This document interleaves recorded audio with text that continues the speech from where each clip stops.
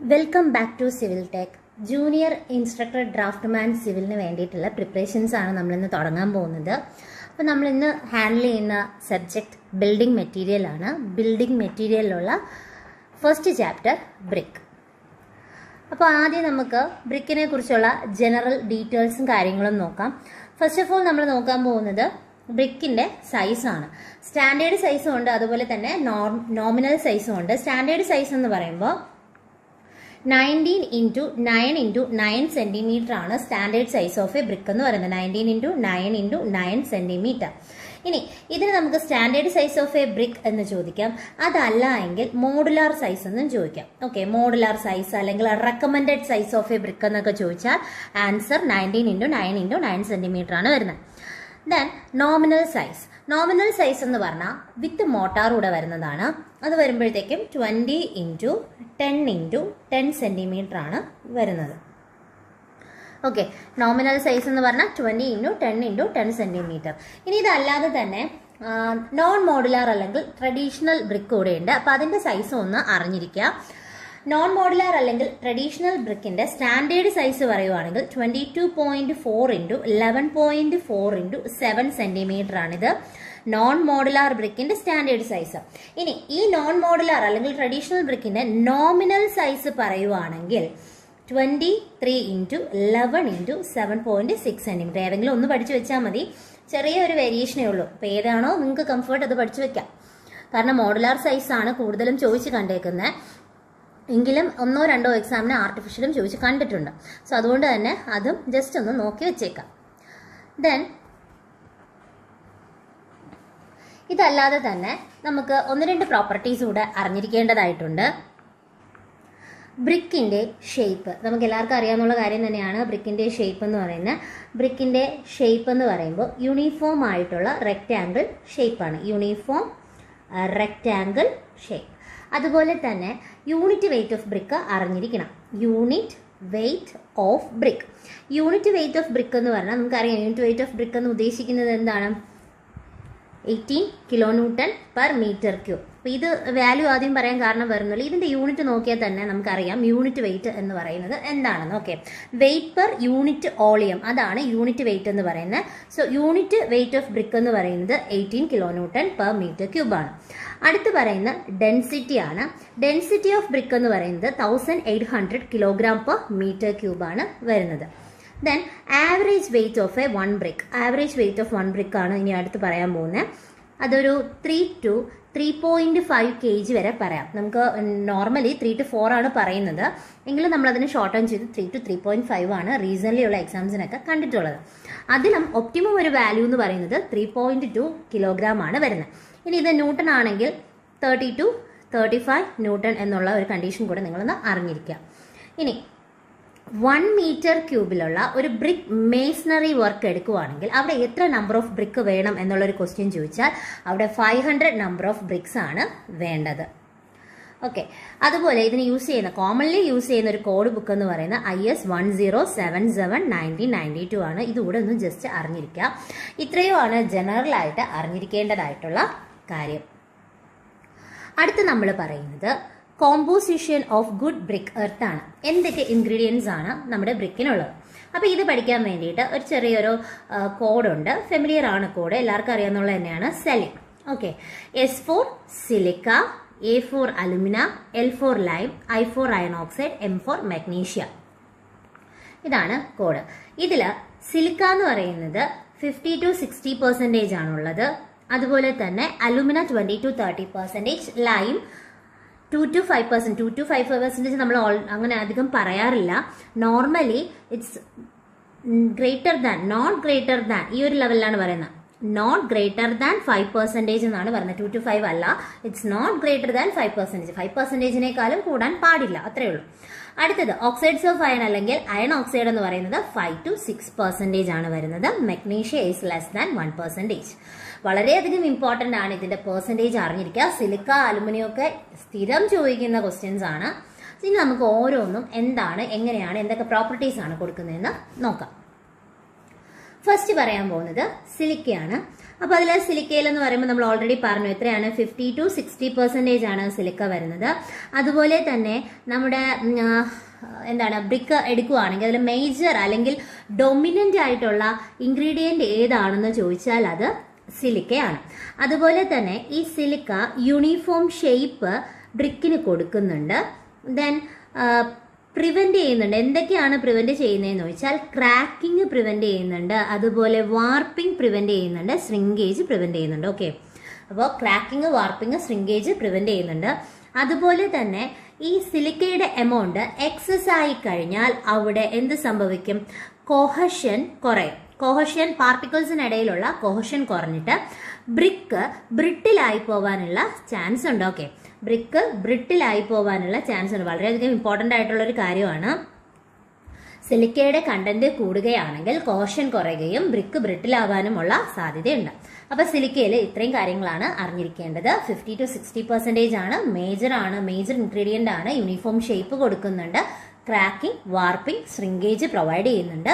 സിലിക്കയുടെ content കൂടിക്കഴിഞ്ഞാൽ cohesion കുറയുകയും അത് കാരണം ബ്രിക്ക് ബ്രിട്ടിലാവുകയും ചെയ്യുന്നുണ്ട്.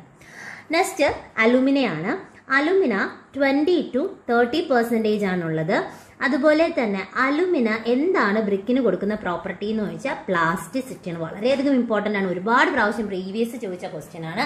It's impart plasticity. അതുപോലെ തന്നെ ചീഫ് അല്ല എങ്കിൽ മെയിൻ എന്നോ അതല്ല പ്രിൻസിപ്പിൾ ഇൻഗ്രീഡിയൻ്റ് എന്നൊക്കെ ചോദിച്ചാൽ അതിൻ്റെ ആൻസർ അലുമിനയാണ്. ചീഫ്, മെയിൻ, പ്രിൻസിപ്പിൾ ആരാന്ന് ചോദിച്ചാൽ അത് അലുമിനയാണ്. ഇനി അലുമിനയുടെ കണ്ടന്റ് എക്സസ് ആയി കഴിഞ്ഞാൽ അവിടെ എന്തുണ്ടാവും? ശ്രിങ്കേജും ഉണ്ടാവും, അതുപോലെ തന്നെ വാർപ്പിംഗും ഉണ്ടാവും. അത് ചുമ്മാതല്ല ഉണ്ടാവുന്നത്, ഡ്രൈ ചെയ്യുന്ന സമയത്ത്, ഡ്രൈയിങ്ങിന്റെ സമയത്ത് ശ്രിങ്കേജും വാർപ്പിംഗും ഉണ്ടാവാനുള്ള ചാൻസ് ഉണ്ട്. അടുത്തത് ലൈമാണ്. ലൈം എന്ന് പറയുമ്പോഴത്തേക്കും ഇറ്റ്സ് നോട്ട് ഗ്രേറ്റർ ദാൻ 5% ആണ്. അതുപോലെ തന്നെ ഇത് ശ്രിങ്കേജ് പ്രിവെന്റ് ചെയ്യുന്നുണ്ട്. ശ്രിങ്കേജ് പ്രിവെന്റ് ചെയ്യുന്നുണ്ട്. അതുപോലെ തന്നെ ഇതൊരു ഫ്ലെക്സ് ആയിട്ട് നമ്മുടെ കെമിക്കൽ റിയാക്ഷൻസ് നടക്കുന്ന സമയത്ത് ഒരു ഫ്ലെക്സ് ആയിട്ട് ആക്ട് ചെയ്യുന്നുണ്ട്. സിലിക്കയെ ഫ്യൂസ് ചെയ്യാൻ ഹെൽപ്പ് ചെയ്യുന്നുണ്ട്. സിലിക്ക ഫ്യൂസ് ചെയ്യുന്ന ടെമ്പറേച്ചർ ചോദിച്ചാൽ 1730°C ആണ്. അപ്പൊ ഫ്യൂസ് ചെയ്യാൻ ഹെൽപ്പ് ചെയ്യുന്നുണ്ട്. അതുപോലെ തന്നെ ഇതൊരു ഫ്ലെക്സ് ആയിട്ട് ആക്ട് ചെയ്യുന്നുണ്ട്.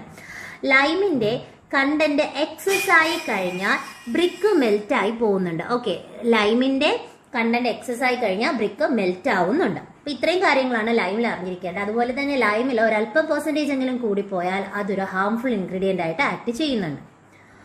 നെക്സ്റ്റ് അയൺ ഓക്സൈഡ് അല്ലെങ്കിൽ ഓക്സൈഡ്സ് ഓഫ് അയൺ ആണ്. ഓക്സൈഡ്സ് ഓഫ് അയൺ എന്ന് പറയുമ്പോൾ 5 to 6% ആണ് വേണ്ടത്. അതുപോലെ ബ്രിക്കിന് റെഡ് കളർ കൊടുക്കുന്നത് അയൺ ഓക്സൈഡ് ആണ്.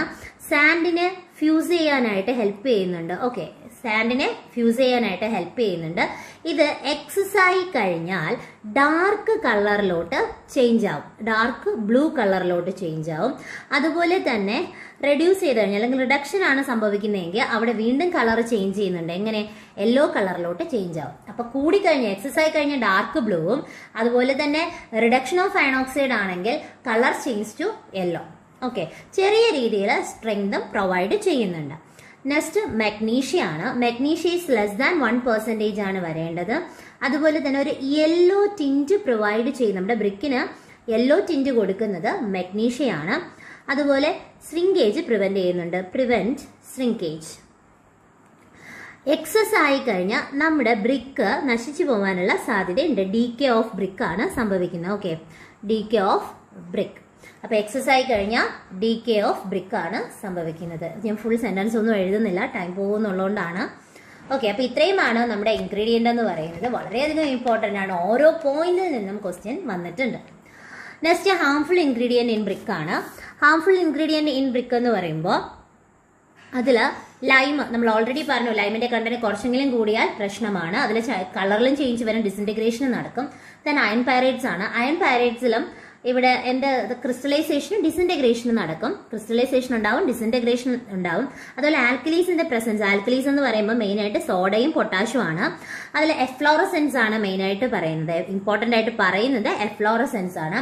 അതുപോലെ തന്നെ നിമി ടെക്സ്റ്റ് ബുക്കിൽ ആൽക്കലീസിൽ വേറെ 2 കാര്യം കൂടെ പറയുന്നുണ്ട്. ട്വിസ്റ്റിങ്ങും അതുപോലെ തന്നെ വാർപ്പിങ്ങും ആൽക്കലീസിന്റെ കണ്ടന്റ് കാരണം ഉണ്ടാവാൻ ചാൻസ് ഉണ്ടെന്ന് നിമി ടെക്സ്റ്റ് ബുക്കിൽ പറയുന്നുണ്ട്. നെക്സ്റ്റ് പെബിൾസ് ആണ്. പെബിൾസ് എന്ന് പറയുമ്പോൾ മെയിൻ ആയിട്ട് പെബിൾസിൽ വരുന്നത് പ്രോപ്പർ ആയിട്ടുള്ളൊരു മിക്സിങ് കിട്ടത്തില്ല. അപ്പൊ മിക്സിങ്ങിനെയാണ് പെബിൾസ് അല്ലെങ്കിൽ ഗ്രാവൽസ് എഫക്ട് ചെയ്യുന്ന ഇംപ്രോപ്പർ ആയിട്ടുള്ള ഒരു മിക്സിംഗ് ആയിരിക്കും വരുന്നത്. ഇംപ്രോപ്പർ മിക്സിംഗ് ആണ് വരുന്നത്. ഇനി വെജിറ്റേഷൻ ആൻഡ് ഓർഗാനിക് മാറ്റർ എന്ന് പറയുമ്പോൾ അവിടെ പോറസ് ഫോം ചെയ്യും. ഓക്കെ, ഇപ്പം നമ്മൾ ബേണിംഗ് ചെയ്യുന്ന സമയത്ത് മാത്രമാണ് വെജിറ്റേഷൻ അല്ലെങ്കിൽ ഓർഗാനിക് മാറ്റേഴ്സ് ഉണ്ടെന്ന് നമ്മൾ അറിയുന്നത്. കാരണം ബേൺ ചെയ്യുന്ന സമയത്ത് അവിടെ നിന്ന് ഒരു ഗ്യാസ് എമിറ്റ് ചെയ്യുക. ആ ഗ്യാസ് എമിറ്റ് ചെയ്യുമ്പോൾ നമുക്കറിയാം ഒരു സ്മെല്ല് അടിക്കുമ്പോൾ നമുക്ക് നോർമലി തോന്നും ഇത് എന്തോ വെജിറ്റേറ്റീവ് മാറ്റേഴ്സ് ഉണ്ടായിരുന്നു. സോ ആ വെജിറ്റേറ്റീവ് മാറ്ററിന് അത്രയും പോർഷൻസ് പോറസ് ആയിട്ടിരിക്കും. സോ അതിനെയാണ് ആ ഒരു പ്രോസസ്സ് അല്ലെങ്കിൽ പോറസ് ആയിട്ട് ഫോം ചെയ്യുന്ന ആ ഒരു പ്രോസസ്സിനെ നമ്മൾ പറയുന്ന പേരാണ് ബ്ലോട്ടിംഗ് എന്ന് പറയുന്നത്. അല്ലെങ്കിൽ സ്വെല്ലിംഗ് ഓഫ് ബ്രിക്ക് എന്ന് ഇത് പ്രീവിയസ് ചോദിച്ചിട്ടുള്ളതാണ്. Swelling of brick. Swelling of brick എന്ന് പറഞ്ഞാൽ അത് എന്ത് തന്നെയാണ്? ബ്ലോട്ടിംഗ് ആണ് പറയുന്നത്. സ്വെല്ലിംഗ് ഓഫ് ബ്രിക്ക് ബ്ലോട്ടിംഗ് ആണ് പറയുന്നത്. അപ്പൊ ഇത്രയാണ് ഹാർംഫുൾ ഇൻഗ്രീഡിയൻസ് ഇൻ ബ്രിക്സിൽ വരുന്നത്. അടുത്ത് നമ്മൾ നോക്കാൻ പോകുന്ന പ്രോസസ് ഓഫ് മാനുഫാക്ചറിങ് ബ്രിക്സ് ആണ്. ബ്രിക്സ് മാനുഫാക്ചർ ചെയ്യുന്നതിനുള്ള എന്തൊക്കെ പ്രോസസ്സ് ഉണ്ടെന്നാണ്. Preparation of clay, moulding of clay, drying, burning. ഇത്രയും സ്റ്റെപ്സ് ആണുള്ളത്. അതിൽ തന്നെ പ്രിപ്പറേഷൻ ഓഫ് ക്ലേ നോക്കുകയാണെങ്കിൽ അതിന് ഡിഫറെന്റ് സ്റ്റെപ്സ് ഉണ്ട്. ഈ പ്രിപ്പറേഷൻ ഓഫ് ക്ലേയിലുള്ള സ്റ്റെപ്സ് എന്തൊക്കെയാണെന്ന് നോക്കാം. ഫസ്റ്റ് പ്രിപ്പറേഷൻ ഓഫ് ക്ലേയിൽ വരുന്ന സ്റ്റെപ്പാണ് അൺസോയിലിംഗ് എന്ന് പറയുന്നത്. അൺസോയിലിംഗിൽ നമ്മൾ നോക്കി വെക്കേണ്ട ഇത്ര കാര്യമേ ഉള്ളൂ. ടോപ്പ് ലെയറിൽ നിന്ന് ഒരു 20 സെന്റിമീറ്റർ ഡെപ്തിൽ നമ്മൾ ടോപ്പ് സോയിൽസ് റിമൂവ് ചെയ്യും. ടോപ്പ് സോയിൽസ് റിമൂവ് ചെയ്തിട്ട് ബാക്കിയുള്ള പോർഷൻസ് ആണ് നമ്മൾ ഈ ഒരു യൂസിന് വേണ്ടിയിട്ട് എടുക്കുന്നത്. ഓക്കെ, അപ്പൊ അൺസോയിലിംഗ് എന്ന് പറയുമ്പോൾ ടോപ്പിലുള്ള 20 സെന്റിമീറ്റേഴ്സ് അല്ലെങ്കിൽ 200 mm ലെയർ നമ്മൾ യൂസ് ചെയ്യത്തില്ല. അത്രയും ഡെപ്തിൽ ത്രോൺ അവേ ആയിരിക്കും. ഓക്കെ, അടുത്ത നെക്സ്റ്റ് പറയുന്നത് ഡിഗിങ് ആണ് പറയുന്നത്. ഡിഗിങ് എന്ന് പറയുമ്പോൾ ആ പറഞ്ഞ 20 സെന്റിമീറ്ററിന് ബാക്കിയുള്ള പോർഷൻസ് നമ്മൾ ഡിഗ് ചെയ്ത് എടുക്കുകയാണ് ചെയ്യുന്നത്. ഓക്കെ, ആ ഡഗ് ചെയ്ത് എടുത്തിട്ട് നമ്മളിപ്പം നേരെ എടുത്തിട്ട് നമ്മൾ ഇടുമ്പോൾ ഒരു ഹീപ്പ് പോലെ ഒരു കൂന പോലെയല്ലേ വരുള്ളൂ. അപ്പൊ കൂനയ്ക്ക് ആ ഒരു ഹീപ്പിനും ഒരു ഹൈറ്റ് പറയുന്നുണ്ട് 0.6 to 1.2 മീറ്റർ എന്ന് വെച്ചാൽ നമ്മളിപ്പോൾ ഒരു കുഴി ഉണ്ടെങ്കിൽ കുഴിയിൽ നിന്ന് എടുത്ത് വരുമ്പോൾ മണ്ണിടുന്ന സമയത്ത് ചെറിയൊരു കൂന പോലെ അല്ലെങ്കിൽ ഹീപ്പ് പോലെ ഉണ്ടാവും. ആ ഒരു ഹൈറ്റ് ആണ് പറയുന്നത് 0.6 to 1.2 metre. Okay, 0.6 to 1.2 metre ആണ് വരുന്നത്. ഇനി അത് അത്രയും കഴിഞ്ഞു. അതിനുശേഷം നമ്മൾ എന്തെങ്കിലും ക്ലീൻ ചെയ്യുവാണ്. അതിൽ എന്തെങ്കിലും വെജിറ്റേറ്റീവ് മാറ്റേഴ്സ്, പേപ്പറോ പെബിൾസ് എന്തെങ്കിലും ഉണ്ടെങ്കിൽ അതിനെല്ലാം നമ്മൾ റിമൂവ് ചെയ്യുക. ആ പ്രോസസ്സാണ് ക്ലീനിങ്ങിൽ. അടുത്തത് ഇത് റിമൂവ് ചെയ്തതിനു ശേഷം അടുത്ത വെതറിംഗ് പ്രോസസ്സിലോട്ടാണ് പോകുന്നത്. വെതറിംഗ് പ്രോസസ്സ് എന്ന് പറയുമ്പോഴത്തേക്കും നോർമലി തന്നെ അറ്റ്മോസ്ഫിയറിൽ നമ്മൾ ഓപ്പൺ ആക്കി ഇട്ടേക്കുക. അതിന്റെ പ്ലാസ്റ്റിസിറ്റിയൊക്കെ അറ്റൈൻ ചെയ്യാൻ വേണ്ടിയിട്ടൊക്കെയാണ് നമ്മൾ വെതറിംഗ് പ്രോസസ്സ് ഒക്കെ ചെയ്യുന്നത്. അപ്പൊ ഈ വെതറിംഗ് പ്രോസസ്സിൽ ലാർജ് പ്രൊജക്റ്റ് ഒക്കെ ചെയ്യുന്ന സമയത്ത് ഈ ക്ലേ ഡഗ് ഔട്ട് ചെയ്തതിനു ശേഷം ഈ വെതറിംഗ് നോർമലി ഒരു മൺസൂൺ സീസൺ ബേസ് ചെയ്തിട്ടൊക്കെ ആയിരിക്കും നമ്മൾ ചെയ്യുന്നത്, ലാർജ് പ്രൊജക്ട്സ് ആണെങ്കിൽ. ഓക്കെ, അതുപോലെ തന്നെ വെതറിംഗ് കഴിഞ്ഞാൽ അടുത്ത് നമ്മൾ പറയുന്നത് ബ്ലെൻഡിങ് ആണ്.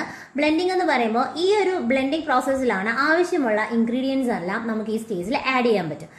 അതിൽ വാട്ടർ ഒഴികെ, ഓക്കെ, വാട്ടർ ഒഴികെ ബാക്കി എന്ത് ഇൻഗ്രീഡിയൻസ് ആവശ്യമുണ്ടെങ്കിൽ അത് നമുക്ക് ബ്ലെൻഡിങ്ങിൽ ആഡ് ചെയ്യാവുന്നതാണ്. ഇതിനെ തന്നെ വേറൊരു രീതിയിലും പറയുന്നുണ്ട് ഹാർമോണിയസ് മിക്സിംഗ് ഓഫ് ക്ലേ എന്ന് ചോദിച്ചാലും ബ്ലെൻഡിങ് ആണ് വരുന്നത്.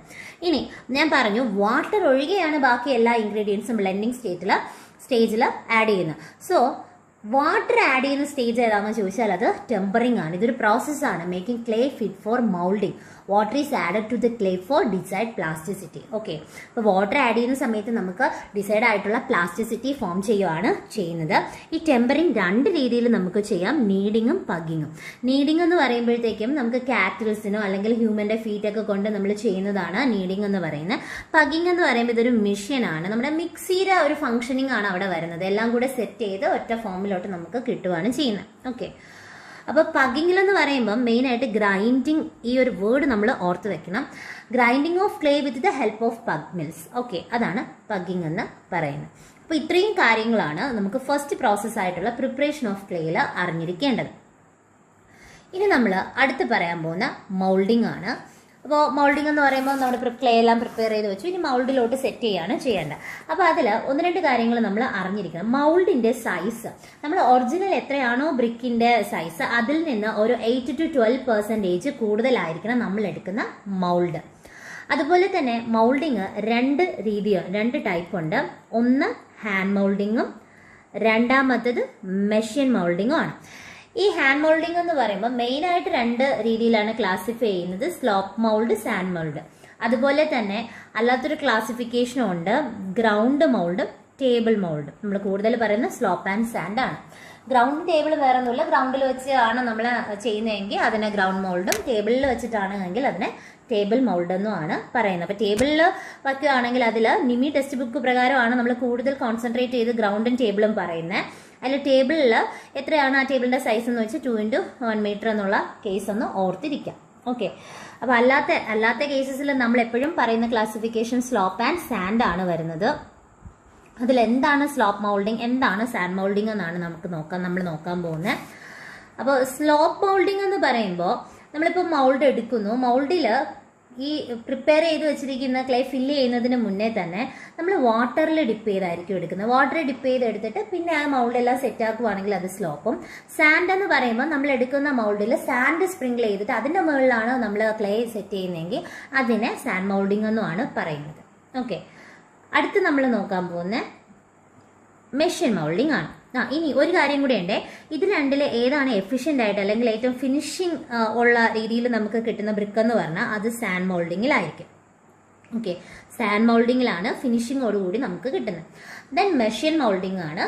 മെഷീൻ മൗൾഡിങ് എന്ന് പറയുമ്പോൾ അതുകൊണ്ട് 2 ടൈപ്പ്.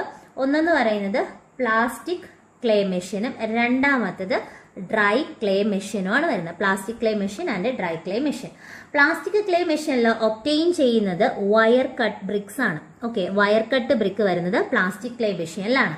ഡ്രൈ ക്ലേ മെഷീനിൽ എന്ന് പറയുമ്പോൾ പ്രസ്ഡ് ബ്രിക്സ് ആണ് വരുന്നത്. പ്രസ്ഡ് ബ്രിക്സ് ആണ് ഡ്രൈ ക്ലേ മെഷീനിൽ ഒബ്റ്റെയിൻ ചെയ്യുന്നത്. അതുപോലെ തന്നെ പ്ലാസ്റ്റിക് ക്ലേയിൽ എന്ന് വെച്ചാൽ വയർ കട്ട് മെഷീൻ എന്ന് പറയുമ്പം ഡ്രൈയിങ് ആവശ്യമാണ്. Okay, required drying.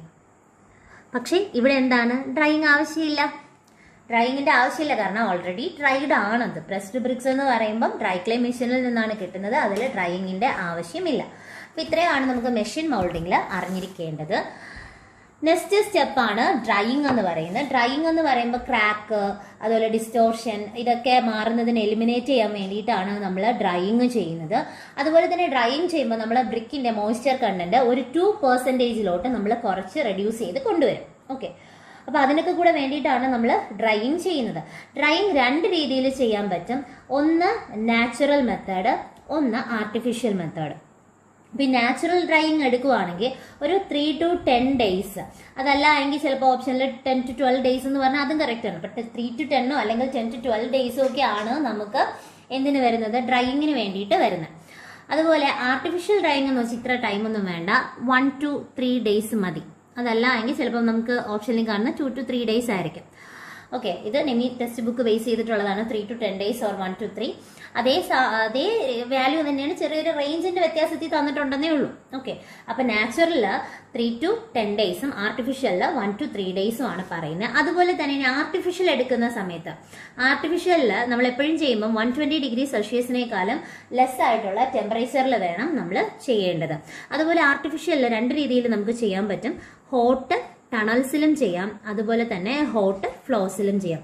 നമ്മൾ ഹോട്ട് ഫ്ലോസ് യൂസ് ചെയ്യാറില്ല, കാരണം ഇത് നമുക്ക് ഒന്നും ഹീറ്റിനെ റെഗുലേറ്റ് ചെയ്യാനോ അങ്ങനെ ഒന്നും പറ്റില്ല. വളരെയധികം ഡേഞ്ചറസ് ആയിട്ടുള്ള ഒരു മെത്തേഡാണ്, അല്ലെങ്കിൽ ഒരു ടൈപ്പ് ഡ്രൈയിങ് ആണ് ഹോട്ട് ഫ്ലോസിൽ നടക്കുന്നത്. അതുകൊണ്ട് തന്നെ നമ്മൾ ഹോട്ട് ടണൽസ് യൂസ് ചെയ്യും, പക്ഷേ ഹോട്ട് ഫ്ലോസ് യൂസ് ചെയ്യാറില്ല.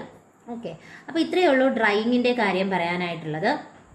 അടുത്തത് ബേണിംഗ് ആണ്. ബേണിംഗ് എന്ന് പറയുമ്പോൾ മെയിൻ ആയിട്ട് ബേണിംഗിൽ നമ്മൾ അറിഞ്ഞിരിക്കേണ്ട അവിടുത്തെ ടെമ്പറേച്ചർ 350 to 1100 degree സെൽഷ്യസിലാണ് ബേണിംഗ് നടക്കുന്നത്. ഈ ബേണിംഗ് എന്ന് പറഞ്ഞാൽ നമ്മുടെ ഹാർഡ്നെസ്സും ബ്രിക്കിന് സ്ട്രെങ്തും ഒക്കെ വരുന്നത് ബേണിംഗ് ചെയ്ത് കഴിയുമ്പോഴാണ്. 1100 degree സെൽഷ്യസിന് മുകളിൽ പോയാൽ അത് ഷേപ്പ് ലോസ് ആയി പോകും, നമ്മുടെ ബ്രിക്കിന്റെ ഷേപ്പ് ലോസ് ആയി പോകും. ഇനി ഇതിലൊരു 2 ടേം നമ്മൾ അറിഞ്ഞിരിക്കണം.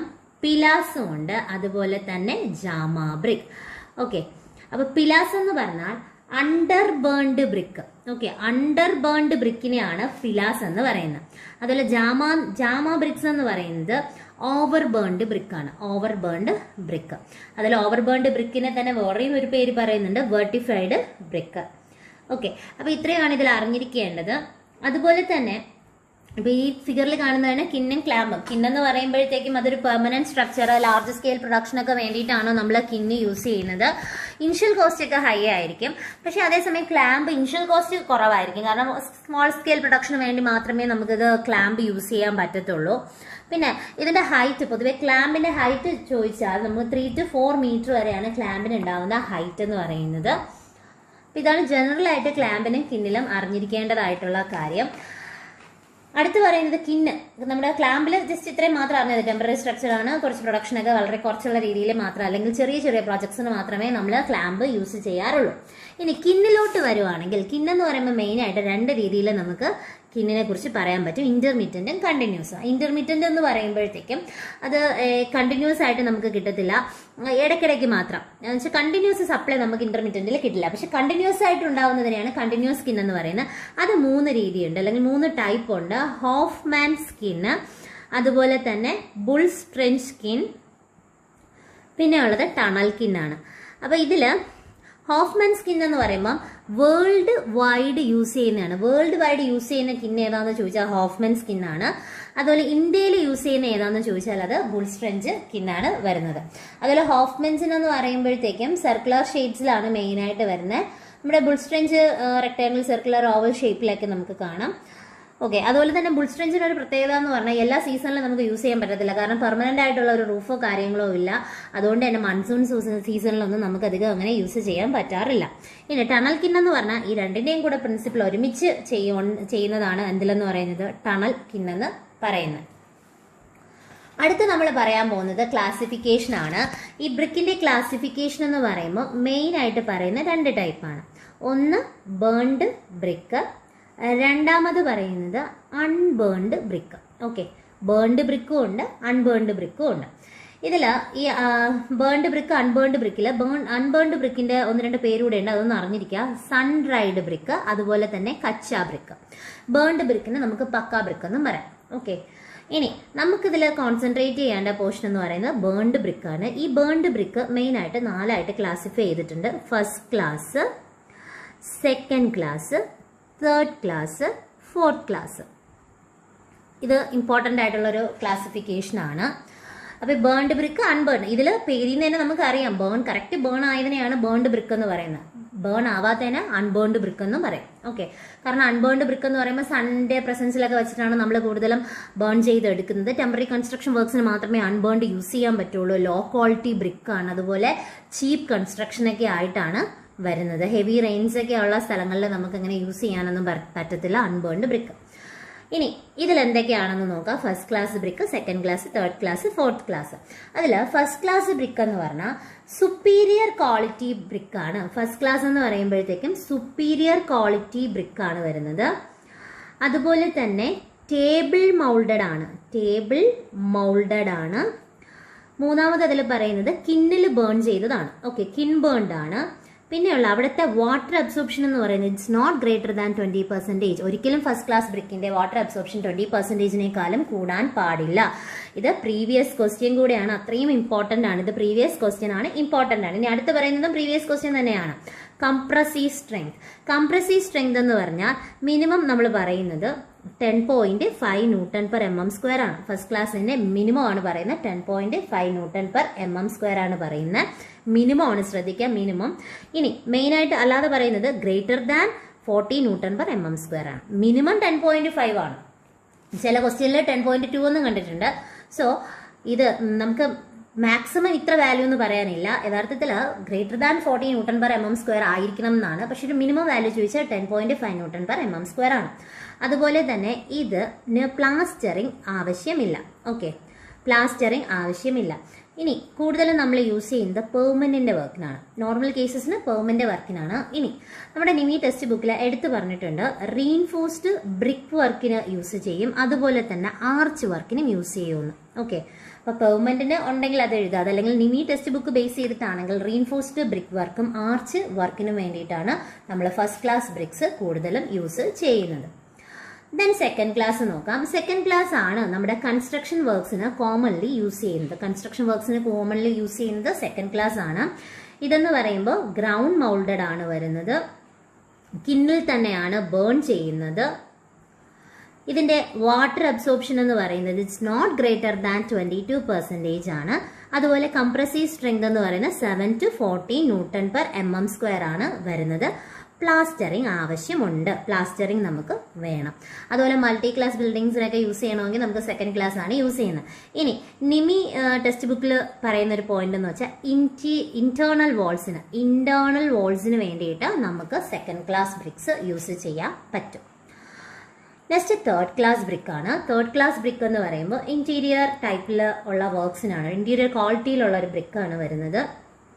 അതുപോലെ തന്നെ ഇത് ഗ്രൗണ്ട് മൗൾഡഡ് ആണ്, ക്ലാമ്പിലാണ് ബേൺ ചെയ്യുന്നത്. ഇതിന്റെ വാട്ടർ അബ്സോർപ്ഷൻ എന്ന് പറയുന്നത് it's not greater than 22% up to 25%. ചുരുക്കി പറഞ്ഞാൽ 22-നും 25-നും ഇടയിൽ അത്രേ ഉദ്ദേശിക്കുന്നുള്ളൂ. കംപ്രസീവ് സ്ട്രെങ്ത് എന്ന് പറയുന്നത് 3.5 to 7 Nm² ആണ് വരുന്നത്. 7 വെച്ച് നമ്മൾ നിർത്തിയില്ലേ, 7 to 14 സെക്കൻഡ് ആയിരുന്നു. അടുത്ത് ഇവിടെ വരുമ്പം 3.5 to 7, മിനിമം 3.5 ആണ്. സോ 3.5 to 7 ആണ് വരുന്നത്. അതുപോലെ ഇത് യൂസ് ചെയ്യുന്നത് ടെമ്പററി വർക്ക് അല്ലെങ്കിൽ അൺഇമ്പോർട്ടൻ്റ് ആയിട്ടുള്ള സ്ട്രക്ചേഴ്സിനൊക്കെ വേണ്ടിയിട്ടാണ് യൂസ് ചെയ്യുന്നത്. നെക്സ്റ്റ് ഫോർത്ത് ക്ലാസ് ആണ് വരുന്നത്. ഫോർത്ത് ക്ലാസ്സിനെ നമ്മൾ ഓവർ ബേൺഡ് ബ്രിക്ക് എന്ന് പറയാം, ഓവർ ബേൺഡ് ബ്രിക്ക്. അതുപോലെ ഇത് ഒരു ഇറഗുലാർ ഷേപ്പിലാണ് കാണുന്നത്, ഇറഗുലാർ ഷേപ്പിൽ. ഇതിലെന്ന് പറയുമ്പം നമ്മുടെ കൺസ്ട്രക്ഷന് വേണ്ടിയിട്ടുള്ള ഈ മെക്കാഡോ ഒക്കെ ഇല്ല, റോഡ് പണിക്കുള്ള, അപ്പൊ അത് ഈ ഒരു ഫോർത്ത് ക്ലാസ് ബ്രിക്സിൽ നിന്നുള്ളതാണ് ഈ പറയുന്ന മെക്കാഡോ എന്ന് പറയുമ്പോൾ. അധികം നമ്മൾ വേറെ വർക്സിനൊന്നും യൂസ് ചെയ്യൂല. ഇനി നിമി ടെക്സ്റ്റ് ബുക്ക് പ്രകാരം ഫൗണ്ടേഷനും അതുപോലെ തന്നെ ഫ്ലോസിനും വേണ്ടിയിട്ടാണ് നമ്മൾ ഫോർത്ത് ക്ലാസ് ബ്രിക്ക് കൂടുതൽ യൂസ് ചെയ്യുന്നത്. അപ്പം ഫ്ലോറിന്റെ കാര്യം നമുക്ക് ഓൾറെഡി പറഞ്ഞു, ഇപ്പൊ റോഡിൽ യൂസ് ചെയ്യുന്നത് മെക്കാഡോ ആയിട്ട് നമ്മളിത് യൂസ് ചെയ്യാറുണ്ട്. സോ അതുപോലെ തന്നെ നിമി ടെക്സ്റ്റ് ബുക്കിൽ എഴുതിയിട്ടുണ്ട് ഫൗണ്ടേഷൻ ആൻഡ് ഫ്ലോസ് ആണ് അതിന്റെ യൂസ് വരുന്നത്. അപ്പൊ ഇതാണ് ഫോർത്ത് ക്ലാസ് ബ്രിക്കിൽ വരുന്ന കാര്യം. അടുത്തതിൽ എന്തൊക്കെ ടെസ്റ്റ് ആണെന്നാണ് പറയുന്നത്. മെയിൻ ആയിട്ട് അബ്സോർപ്ഷൻ ടെസ്റ്റ് ആണ് വരുന്നത്, വാട്ടർ അബ്സോർപ്ഷൻ ടെസ്റ്റ്. അതിന് വേണ്ടിയിട്ട് നമ്മൾ എന്ത് ചെയ്യും, ഡ്രൈ ആയിട്ടുള്ള ഒരു ബ്രിക്ക് എടുക്കും, വാട്ടറിൽ ഇമേഴ്സ് ചെയ്ത് വെക്കും. ഒരു പെർട്ടിക്കുലർ ടൈം, ഒരു 16 hours ഒക്കെ കഴിയുമ്പോഴത്തേക്ക് അതെടുത്ത് ഡ്രൈ ചെയ്തിട്ട് നോക്കുന്ന സമയത്ത്, ഡ്രൈ ചെയ്തിട്ട് നമ്മൾ അതിന്റെ വെയിറ്റ് എടുക്കും. പക്ഷേ നോർമലും ഒറിജിനൽ വെയിറ്റും അല്ലാതെയുള്ള വെയിറ്റ് നമ്മൾ എടുക്കും. അപ്പൊ അതിന്റെ ഡിഫറൻസ് നമുക്ക് അറിയാൻ പറ്റില്ല. അപ്പൊ വെയിറ്റ് എന്ന് പറയുന്നത് 20%-നേക്കാളും കൂടുന്നില്ല എങ്കിൽ അത് ഗുഡ് ക്വാളിറ്റി ആണെന്ന് നമുക്ക് പറയാം. അപ്പൊ അതിന് നല്ലൊരു വാട്ടർ അബ്സോർപ്ഷനും കാര്യങ്ങളും ആണ് നമുക്ക് പറയാൻ പറ്റും. ക്രഷിംഗ് സ്ട്രെങ്ത് എന്ന് പറയുമ്പോഴത്തേക്ക് മെയിൻ ആയിട്ട് കംപ്രസീവ് സ്ട്രെങ്ത് ഫൈൻഡ് ഔട്ട് ചെയ്യാൻ വേണ്ടിയിട്ടാണ് ക്രഷിംഗ് സ്ട്രെങ്ത് ടെസ്റ്റ് നമ്മൾ ചെയ്യുന്നത്. അപ്പൊ ഇതില് മിനിമം ക്രഷിംഗ് സ്ട്രെങ്ത് ചോദിക്കുകയാണെങ്കിൽ അത് 3.5 Nm² ആണ് വരുന്നത്. അതുപോലെ തന്നെ grade A, may be question ചോദിക്കാം, ഗ്രേഡ് എ ബ്രിക്കിനാണെങ്കിൽ എങ്ങനെയായിരിക്കുമെന്ന്. ഗ്രേഡ് എ എന്ന് പറയുമ്പോൾ നമ്മുടെ സെക്കൻഡ് ക്ലാസ് ആണ് ഉദ്ദേശിക്കുന്നത്, 7 to 14 Nm². ഗ്രേഡ് എ ആണ് ചോദിക്കുന്നതെങ്കിൽ അത് നമ്മുടെ ഫസ്റ്റ് ക്ലാസ് ആണ് പറയുന്നത്, ഇസ് ഗ്രേറ്റർ ദാൻ 14 Nm² ആണ് വരുന്നത്. അടുത്ത് പറയുന്ന ഹാർഡ്നെസ് ടെസ്റ്റ് ആണ്. ഹാർഡ്നെസ് ടെസ്റ്റ് എന്ന് പറയുമ്പോൾ നമ്മുടെ ബ്രിക്കിൽ സ്ക്രാച്ച് ചെയ്ത് നോക്കിയാൽ മാത്രം മതി, ആ ഇംപ്രഷൻ ഉണ്ടാവുന്നുണ്ടോ ഇല്ലേന്ന് നോക്കുക. ഇംപ്രഷൻ ഇല്ല എങ്കിൽ ഗുഡ് ക്വാളിറ്റി ആണെന്ന് പറയാം, അല്ലെങ്കിൽ ഹാർഡ് ആണെന്ന് പറയാം. സൗണ്ട് ടെസ്റ്റ് എന്ന് പറയുമ്പം 2 ബ്രിക്സിനെ എടുത്തിട്ട് നമ്മൾ ജസ്റ്റ് ഒന്ന് അടിച്ചു നോക്കുക, എന്ന് വെച്ചാൽ 2 ബ്രിക്സ് കൂട്ടി അടിച്ചു നോക്കുക. അപ്പൊ ആ സമയത്ത് ഒരു ക്ലിയർ റിംഗിങ് സൗണ്ട് ഉണ്ടെങ്കിൽ അത് ഗുഡ് ക്വാളിറ്റി ബ്രിക്കാണ്.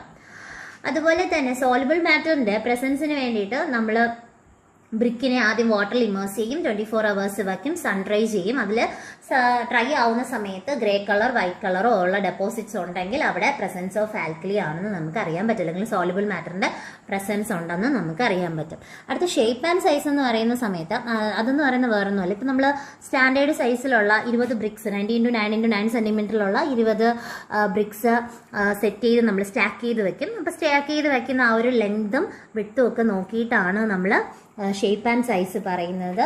നോർമലി അതിന്റെ ആ ഒരു അറേ എന്ന് പറയുന്നത്, ലെങ്ത് ഓഫ് അറേ എന്ന് പറയുന്നത് 3680 mm to 3920 mm. ഒരു വിഡ്ത്ത് വരുമ്പോൾ 1740 to 1860 mm റേഞ്ചിലായിരിക്കും വരുന്നത്. സോ അതാണ് ഷേപ്പ് ആൻഡ് സൈസിൽ വരുന്ന കാര്യങ്ങൾ. ഓക്കെ, അപ്പോൾ ഇത്രയും ടെസ്റ്റാണ് നമുക്ക് ടെസ്റ്റ് ഓഫ് ബ്രിക്സിൽ പഠിക്കാനുള്ളത്.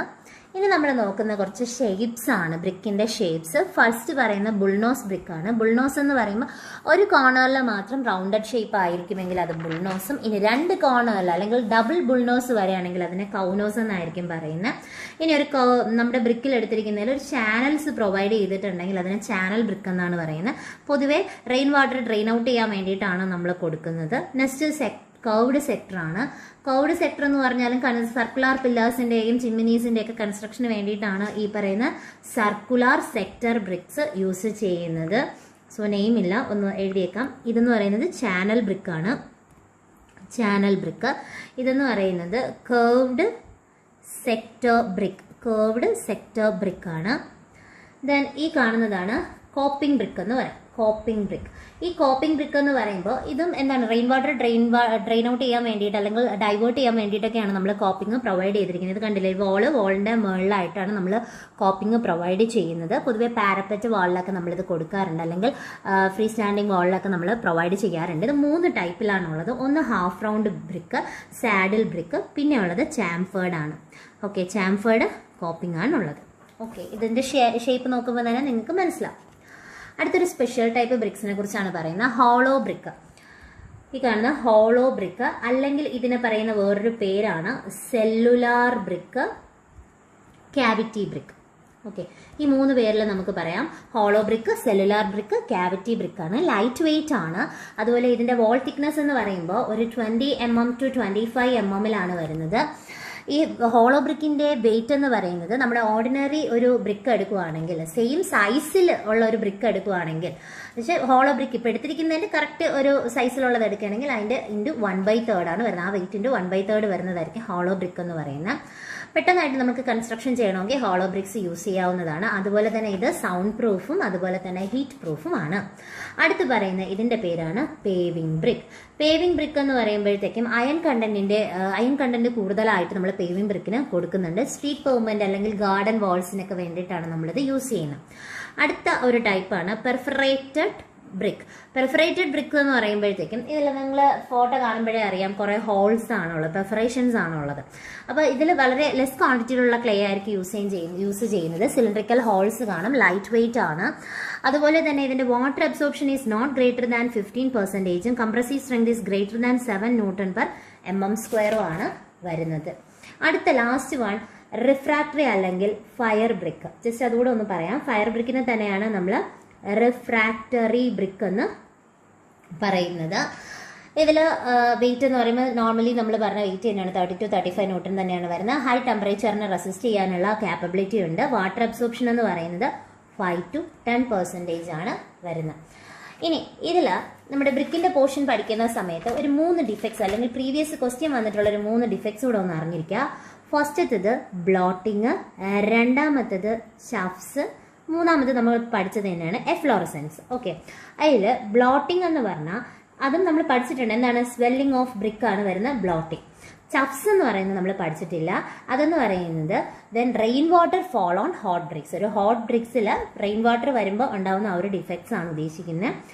Then rain water fall on hot brick, that defects is known as ചഫ്സ്.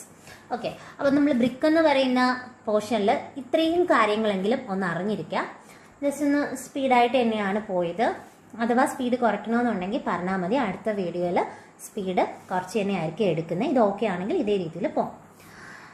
ഇനി അടുത്ത് നമ്മൾ ഇടുന്ന വീഡിയോ എന്ന് പറയുന്നത് ഇതിൻ്റെ കണ്ടിന്യൂഷനായിട്ട് കൺസ്ട്രക്ഷനിലുള്ള ബ്രിക്ക്